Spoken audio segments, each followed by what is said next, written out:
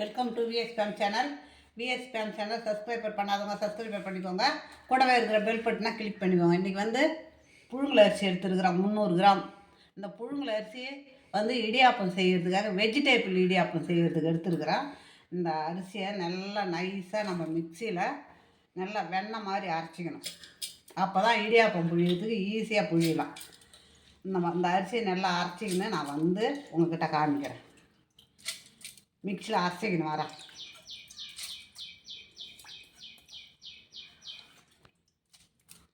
அவ்வளோதான், தண்ணி ஊற்றி அரைச்சிக்கணும் வரேன்.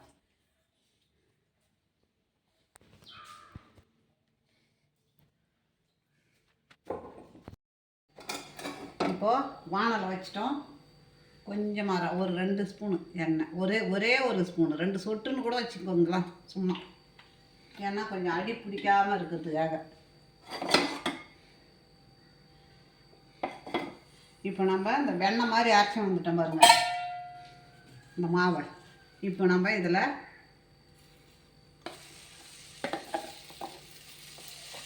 வானலில் போட்டுக்கணும்.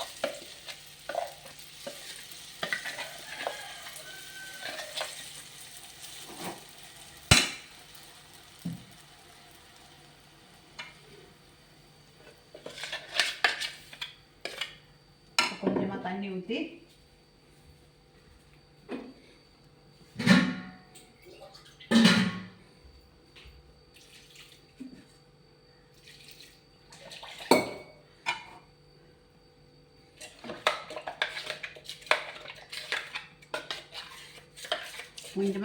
நம்ம அரைச்சி இதில் ஊற்றிக்கலாம்.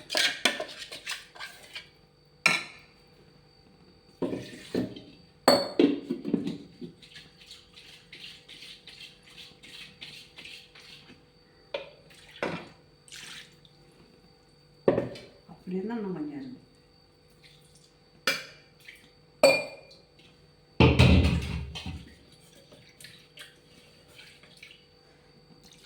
ஊற்றி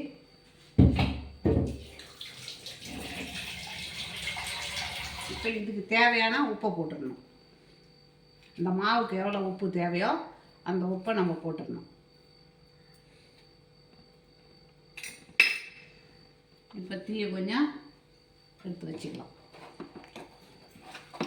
இந்த மாவு நல்லா சுருண்டு வரணும். நம்ம சுருண்டு வெந்து வரணும்.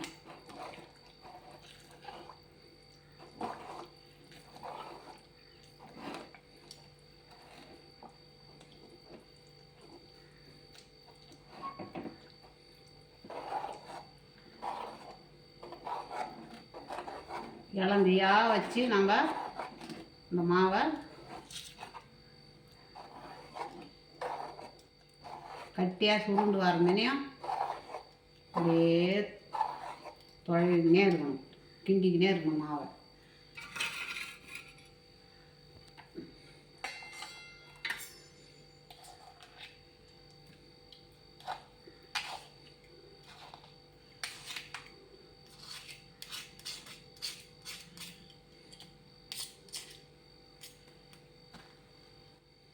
புழுங்கல் அரிசி இல்லையா, இப்படிதான் இருக்கும்.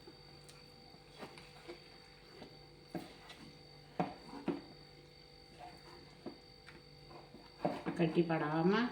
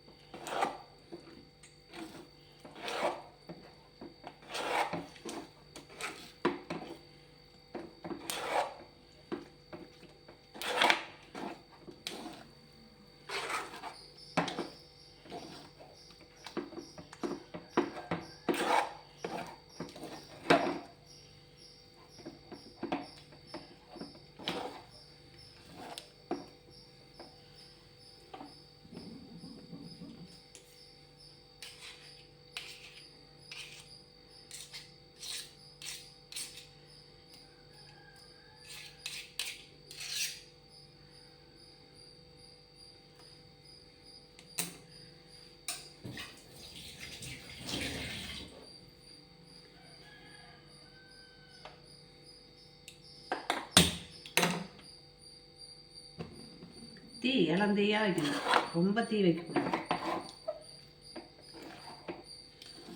அப்போ தான் நம்மளுக்கு சுருண்டு வரும்.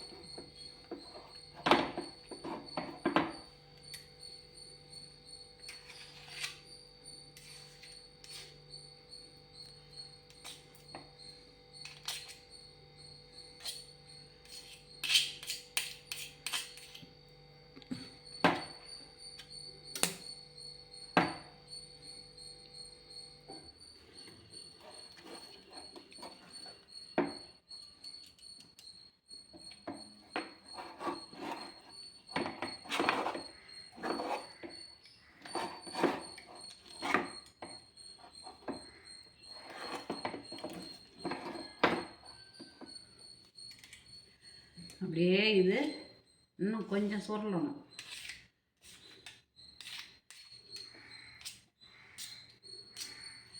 மாவு கட்டியாக ஆகிறதுக்கு தான் நம்ம அதில் போட்டு பண்ணுறோமா வழியே, அது வேகிறதுக்காக இல்லை, கட்டியாகணும், அவ்வளோதான்.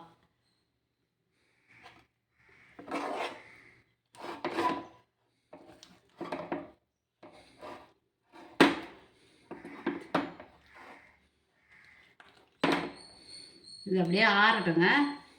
இது ஆறின பிறகு இதை பாருங்கள், கையை வச்சா ஒட்டலை பாருங்கள். இது மாதிரி ஆறின பிறகு நாம் அப்புறம் என்ன செய்கிறோன்றதை அப்புறம் நான் காமிக்கிறேன்.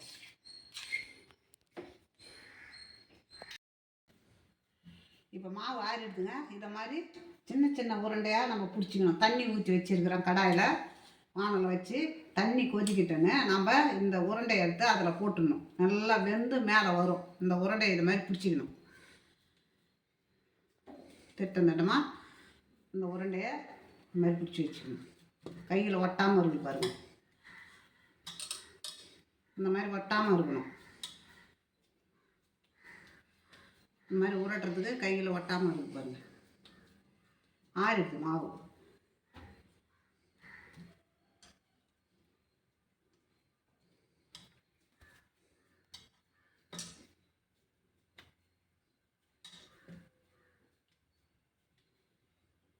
தண்ணி கொதிக்கணும்.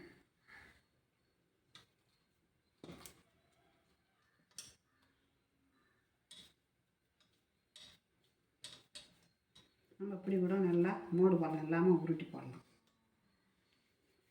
இந்த மாதிரி கையில் ஒட்டாமல் இருக்கும் பாருங்கள். இந்த மாதிரி கூட, ஏன்னா சீக்கிரம் வேகும்.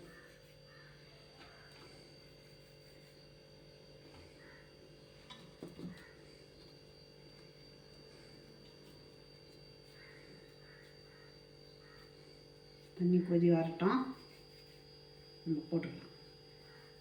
அதுவாக வெந்து மேலே வரும்.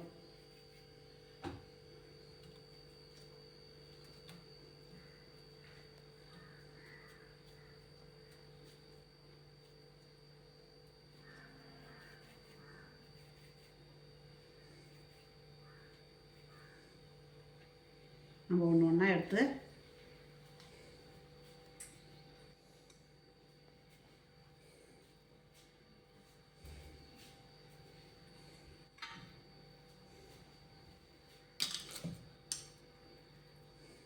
தண்ணி கொதிக்கிற ஸ்டேஜில் இருக்குது.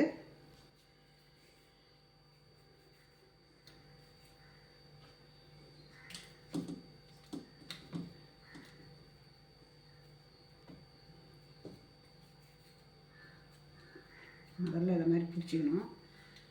அப்புறமா இப்படி உருட்டி வச்சுக்கணும்.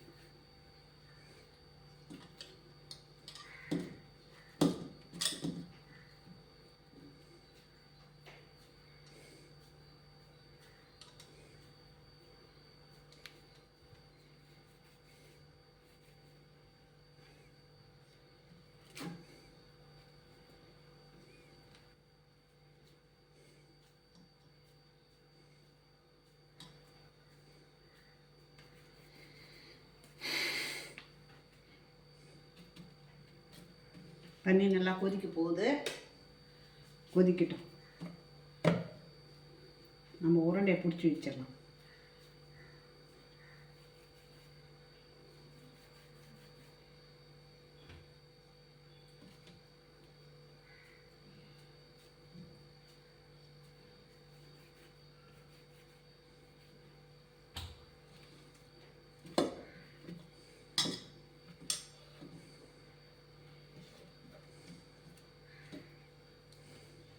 தீர்ந்து போச்சு.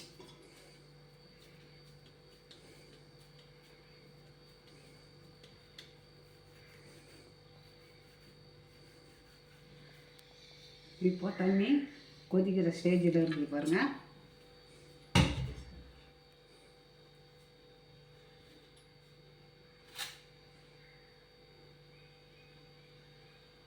கொதி வர போகுது.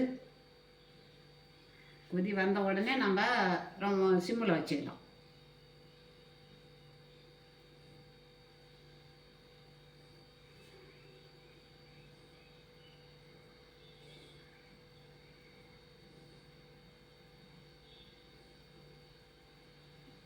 இப்போ நம்ம ஒன்று ஒன்றா போட்டுடலாம் தண்ணியில். அதுவாக வெந்து மேலே வரும்.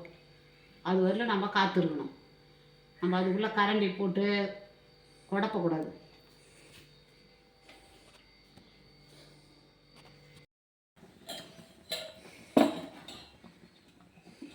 இப்போ வெந்து மேலே வந்துடுது பாருங்க. நம்ம எடுத்து இப்படி வச்சு அப்புறம் பாருங்க, நல்லா வெந்து மேலே வந்துடுது பாருங்க. இது மாதிரி தான் வெந்து மேலே வரணும். மேலே எழுந்திரிச்சிதுன்னா வெந்து போச்சுன்னா அர்த்தம். இப்போ இது தண்ணி கிளியராக வடிகிறதுக்கு தான் நான் அந்த வடி எடுத்து வச்சுருக்கிறேன். இப்போ இருக்கிறத போட்டுக்கலாம்.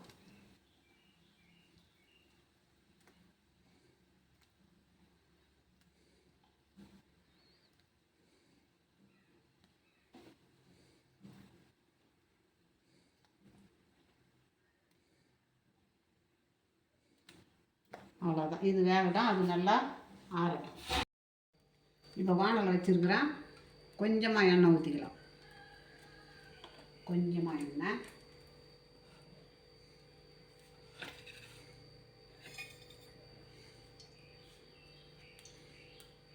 இப்போ இதை பாருங்கள், வெஜிடேபிள் என்ன வச்சுருக்கிறேன். என்கிட்ட பட்டாணி தான் இல்லை, பச்சை பட்டாணி இருந்தால் இதை விட இன்னும் நல்லா சூப்பராக இருக்கும். இப்போ கேரட்டு, குடமிளகாய், முள்ளங்கி இதுதான் வச்சுருக்கிறேன். இப்போது கொத்தமல்லி தழை வச்சுருக்கிறேன். பெருங்காயம் இவ்வளோ தான் இருக்குது.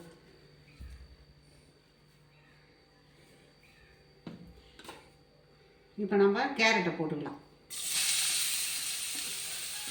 வெஜிடேபிளை வதக்கிக்கணும்.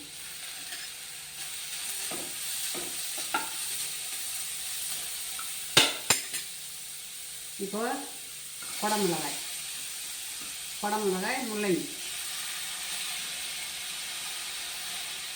அதுக்கு தேவையான உப்பு,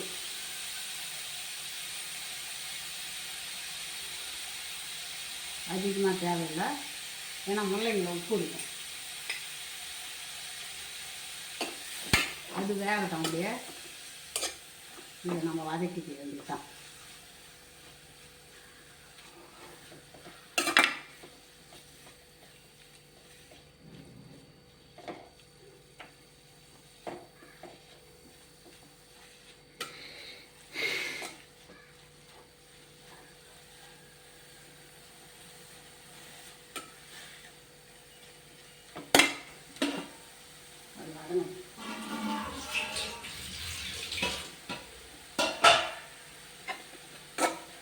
இப்போ இதுக்கு பெருங்காயம் கொஞ்சம் போட்டுக்கலாம்.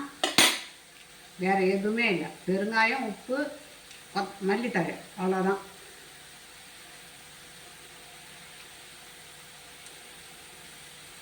அவ்வளோதான்.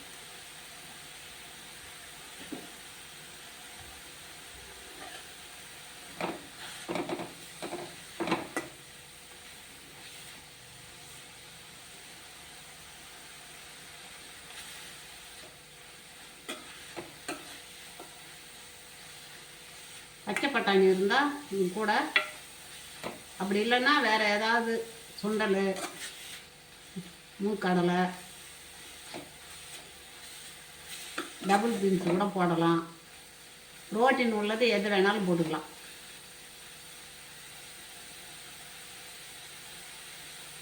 நம்மளுக்கு புரோட்டீன் தான் முக்கியம்.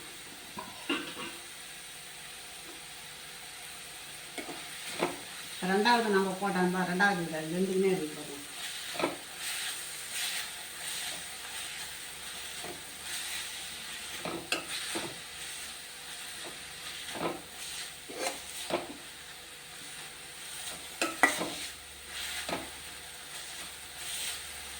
இந்த வெஜிடபிள் இடியாப்பம் எல்லாருமே சாப்பிட்லாம்.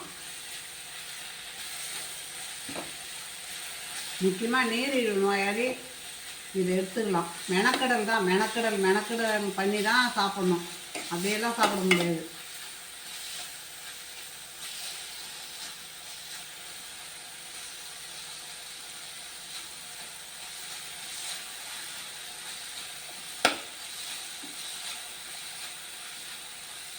இப்போது இது வதங்கினது போதும், நம்ம மல்லித்தழை போட்டுக்கலாம்.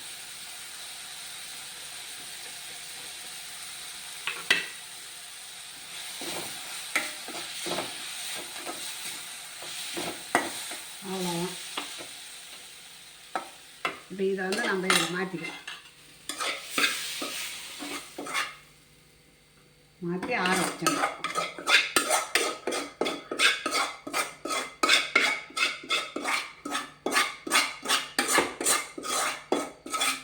இப்போ ஆற வச்சா இப்போ நம்ம இதை எடுத்துடலாம். இது வெந்து போச்சு. இதை எடுத்து இந்த வடிகட்டிலாம் வச்சிடலாம்.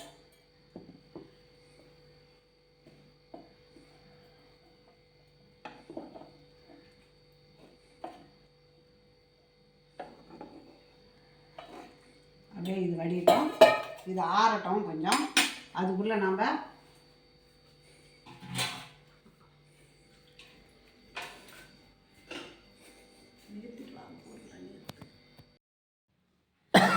இப்போ இடியாப்பம் அச்சு போட்டிருக்குறோம். இடியாப்பம் குழையில இப்போ நம்ம ஒன்று ஒன்றா எடுத்து போட்டுக்கலாம்.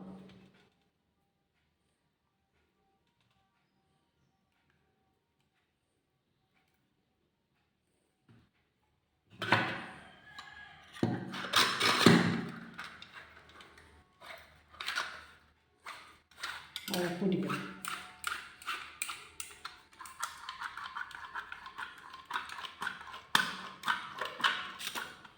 இப்போ நம்ம புழிஞ்சிக்கலாம் வாங்க.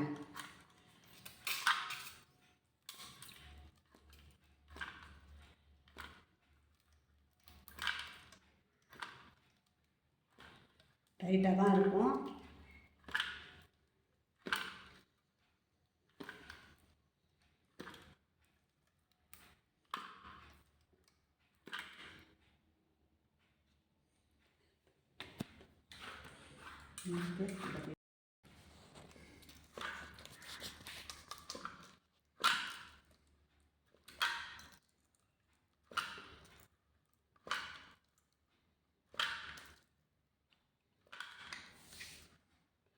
இந்த மாதிரி தான் இடியாப்பம் அச்சில் போட்டு நல்லா புழிஞ்சிடணும்.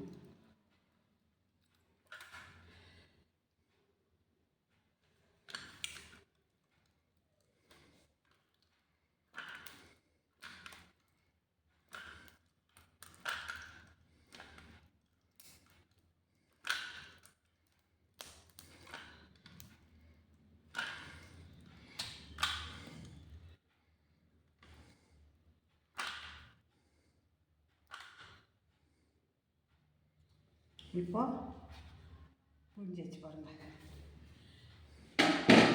இப்போ நம்ம இது மேலே வெஜிடேபிள் வைக்கிறோம்.